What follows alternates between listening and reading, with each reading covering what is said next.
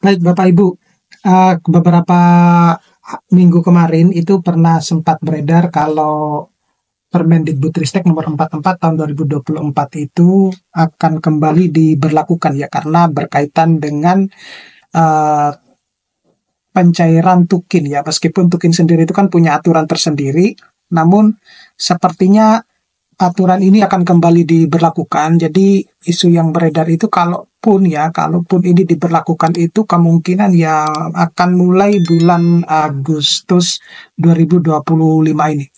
Nah, oleh karena itu saya mau memberikan informasi kepada Bapak Ibu dosen terkait dengan saya mau nge-review Permendikbudristek nomor 44 tahun 2024 ini yang hubungannya dengan profesi, karir dan penghasilan dosen ya. Dimana kalau mungkin Bapak Ibu malas untuk membacanya, saya mencoba untuk merangkum poin-poin penting, di mana ini penting buat Bapak Ibu untuk menjaga-jaga kalau nanti aturan ini benar-benar sudah akan diberlakukan. Tapi sepertinya ya mungkin sekarang saat ini itu 70% pasti sudah akan diberlakukan.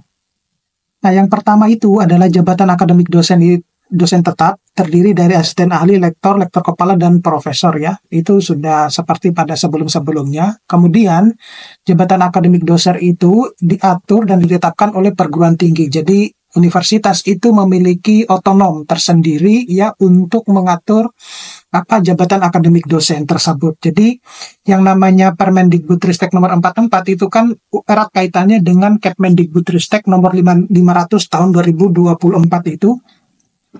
Nah,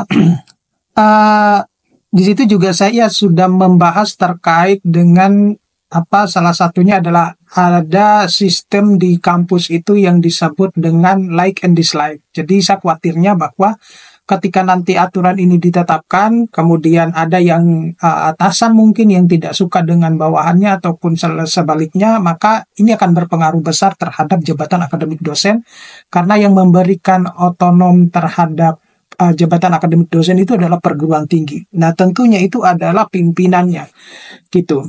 Kemudian pencantuman jabatan akademik dosen disertai dengan nama perguruan tinggi, Bapak Ibu, ya. Nah, pada kasus dosen pindah perguruan tinggi, ini yang mungkin banyak ditunggu-tunggu oleh banyak dosen, ya.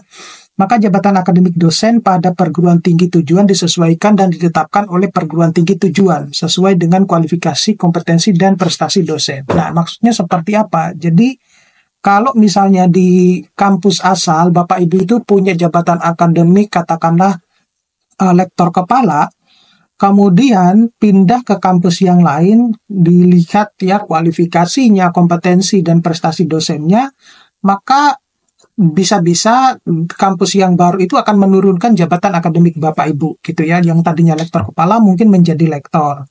Kemudian tapi kalau yang profesor sepertinya tidak mungkin ya diturunkan gitu. Tetapi kalau kita lihat di Kepmendikbudristek nomor 500 tahun 2024,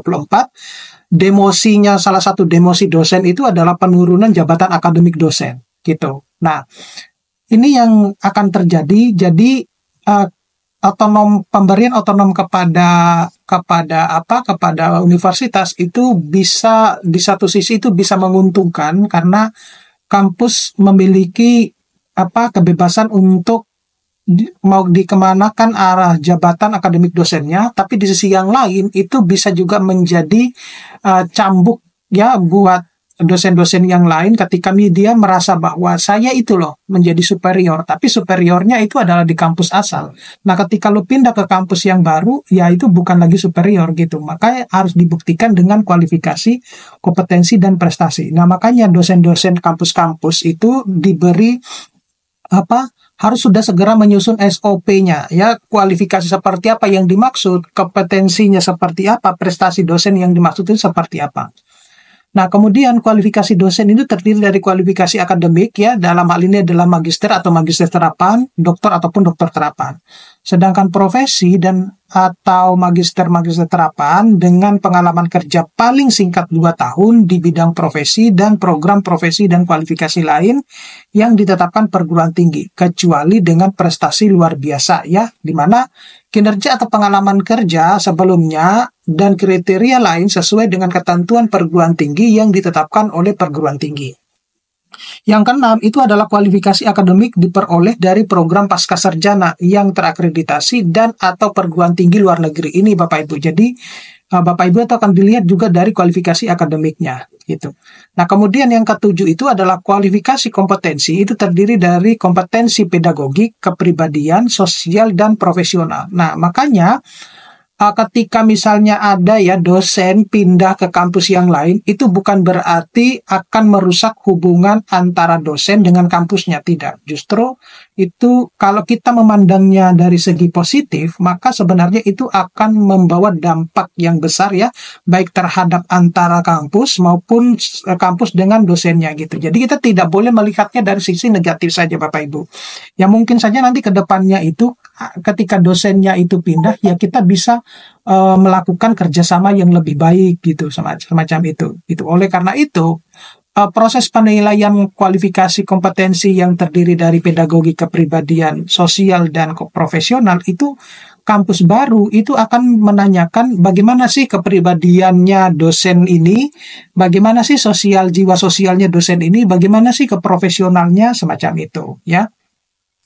Kemudian yang kedelapan itu perencanaan dosen berdasarkan perencanaan kebutuhan dosen untuk mewujudkan visi misi dan tujuan perguruan tinggi. Jadi saat ini Bapak Ibu kita mengajukan kenaikan jabatan akademik itu harus disesuaikan dengan visi misi tujuan perguruan tinggi.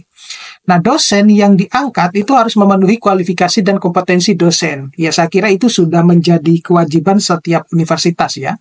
Kemudian mutasi ataupun penempatan, pemeriksaan dan pengangkatan dosen oleh PTN, Badan Hukum, dan Badan Penyelenggara dilaporkan melalui sistem yang dikelola oleh kementerian. Jadi masing-masing universitas itu diberikan untuk melaporkan dosennya itu seperti apa ya melalui sistem yang dikelola oleh kementerian. Kemudian kinerja perguruan tinggi terhadap data dosen dalam menjaga keakuratan dan kebenaran data serta dilaporkan secara online kepada kementerian Bapak Ibu. Nah, yang nomor 12 itu dosen yang diangkat di perguruan tinggi yang belum memiliki pengalaman kerja ya atau beban kerja wajib sedikit, paling wajibnya itu adalah 12 SKS dan paling rendah 2 tahun dari jabatan akademik ya, paling rendah asisten ahli jabatan akademiknya. Nah, yang ke-13 itu sertifikasi dosen. Bagi dosen tetap harus memiliki sertifikasi pendidik untuk dosen yang diperoleh melalui program yang memenuhi muatan bidang studi dosen yang menjadi dasar jabatan akademik. Nah, kalau berkaitan dengan sertifikasi dosen, banyak dosen-dosen yang bertanya ke saya terkait dengan kapan sih diadakannya lagi tes sertifikasi dosen. Nah, sejauh ini Bapak Ibu saya belum mendapatkan informasi terkait dengan kapan tes sertifikasi dosen itu, ya, macam itu gitu. Tapi banyak yang berhembus informasi bahwa ada kalau pembayaran sertifikasi dosen itu tidak seperti yang dulu gitu ya, lancar-lancar aja gitu. Nah, sekarang katanya sudah beberapa bulan itu belum mendapatkan. Saya juga belum menanyakan ke teman-teman dosen yang lain gitu. Kemudian, sertifikasi dosen itu diberikan kepada dosen yang memenuhi persyaratan administrasi dan akademik yang telah diatur dalam peraturan perundang-undangan. Jadi ya, dosen yang tentunya ya sudah melalui tes portofolio dan lain sebagainya. Kemudian yang ke-15 itu adalah bentuk penilaian portofolio berupa penilaian kumpulan dokumen yang menunjukkan pencapaian kualifikasi akademik, kompetensi dosen, dan pengalaman kerja. Nah, proses sertifikasi ini dilakukan pada sistem yang dikelola oleh kementerian, gitu Bapak Ibu. Nah, dosen yang lulus itu mendapatkan sertifikasi pendidik untuk dosen dari perguruan tinggi penyelenggara sertifikat dosen, gitu. Jadi, saat ini itu universitas juga diberikan kebebasan untuk menyelenggarakan pelaksanaan tes sertifikasi dosen gitu Bapak Ibu ya. Beban kerja dosen itu mencangkup tridharma perguruan tinggi, saya kira ini sudah jelas. Kemudian dosen tetap yang telah memenuhi beban kerja itu dapat melaksanakan tridharma sebagai dosen tidak tetap pada perguruan tinggi lain dengan izin dari perguruan tinggi asal. Nah, ini sangat memungkinkan ya kalau yang PTN ke PTS gitu. Tetapi kalau ke PTS ke PTN itu sepertinya tidak mungkin gitu ya. Kemudian 20 itu kode etik dosen terdiri atas kode etik nasional dosen dan kode etik pada perguruan tinggi. Jadi perguruan tinggi itu harus menyusun yang namanya kode etik dosen, ya. Nah, itu penting. Ya, jadi bukan hanya, tapi bisa mengacu kepada kode etik nasional, kode etik dosen nasional. Nah, apabila dilanggar, dosen dikenai sanksi etik sesuai dengan ketentuan dalam kode etik dosen pada perguruan tinggi. Nah, kemudian kalau kemudian ternyata dosennya itu melanggar kode etik nasional, ya mungkin itu akan dilaporkan ke tingkat kementerian, ya. Kemudian ada pembinaan dan pengembangan karir dosen itu dilaksanakan oleh perguruan tinggi dengan kegiatan pengolahan kinerja dosen, di mana rencana pengembangan karir dosen, penugasan dosen, dan promosi dan demosi dosen. Ya, ini erat kaitannya dengan Kepmendikbudristek nomor 500 tahun 2024. Nah, kemudian yang 22 itu adalah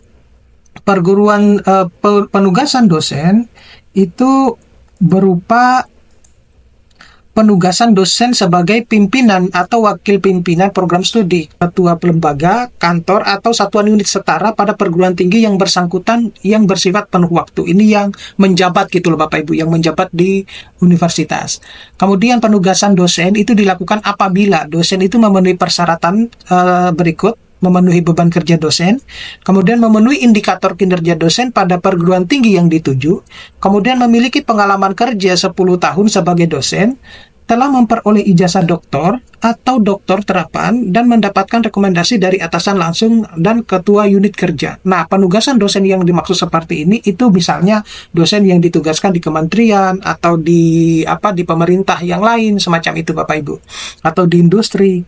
Kemudian perguruan tinggi itu dapat melaksanakan promosi dosen ke jenjang jabatan akademik profesor melalui pemenuhan kriteria dan indikator kinerja Tridharma perguruan tinggi bagi dosen yang memenuhi syarat. Nah, dosen yang memenuhi syarat promosi jabatan akademik dosen itu diantaranya adalah dosen tetap yang diangkat oleh perguruan tinggi, kemudian telah memiliki jabatan akademik lektor kepala. Ini Bapak Ibu ya, berarti dengan kata lain, untuk yang mau ke profesor melalui lektor itu sejauh ini belum ada gitu, artinya loncat jabatan ya. Kemudian memiliki pengalaman kerja sebagai dosen paling sedikit 10 tahun. 10 tahun itu yang dimaksud itu adalah sejak pertama kali mendapatkan jabatan akademik pertamanya gitu. Kemudian telah melaksanakan Tridharma dengan indikator kinerja tertentu. Nah, berikutnya promosi jabatan akademik profesor melalui penilaian portofolio dan rekomendasi dari perguruan tinggi. Jadi yang merekomendasikan itu adalah perguruan tingginya.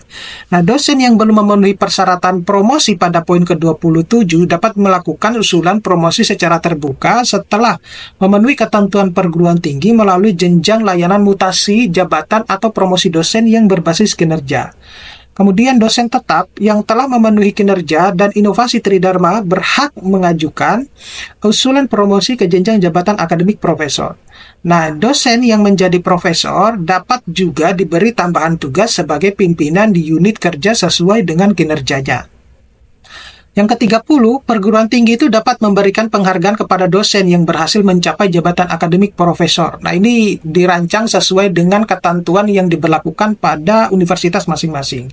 Nah, jumlah profesor kehormatan dalam perguruan tinggi itu paling banyak 1 untuk setiap rumpun ilmu dengan masa jabatan paling lama 5 tahun dan tidak dapat diperpanjang. Nah, batas usia tertinggi profesor kehormatan sama dengan batas usia pensiun profesor sesuai dengan ketentuan peraturan perundang-undangan, yaitu 70 tahun ya Bapak Ibu ya. Kemudian penghasilan dosen berupa gaji pokok dan tunjangan yang melekat pada gaji, dan penghasilan lain, tunjangan profesi, tunjangan fungsional, tunjangan khusus, dan tunjangan kehormatan, serta maslahat tambahannya. Itu.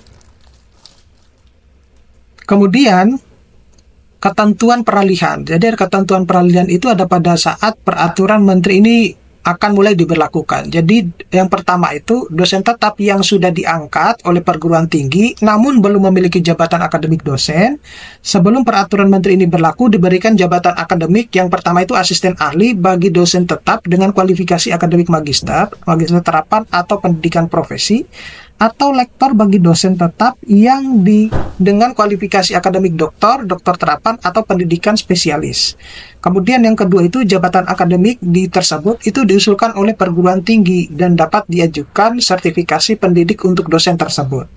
Yang ketiga, sertifikasi pendidik yang sudah diterbitkan sebelum berlakunya peraturan menteri ini tetap diberlakukan.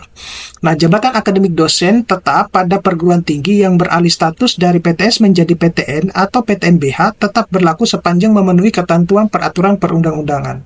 Yang kelima, dosen yang memiliki jabatan profesor kehormatan sebelum berlakunya peraturan ini tetap dapat melaksanakan tridharma sesuai dengan ketentuan peraturan perundang-undangan.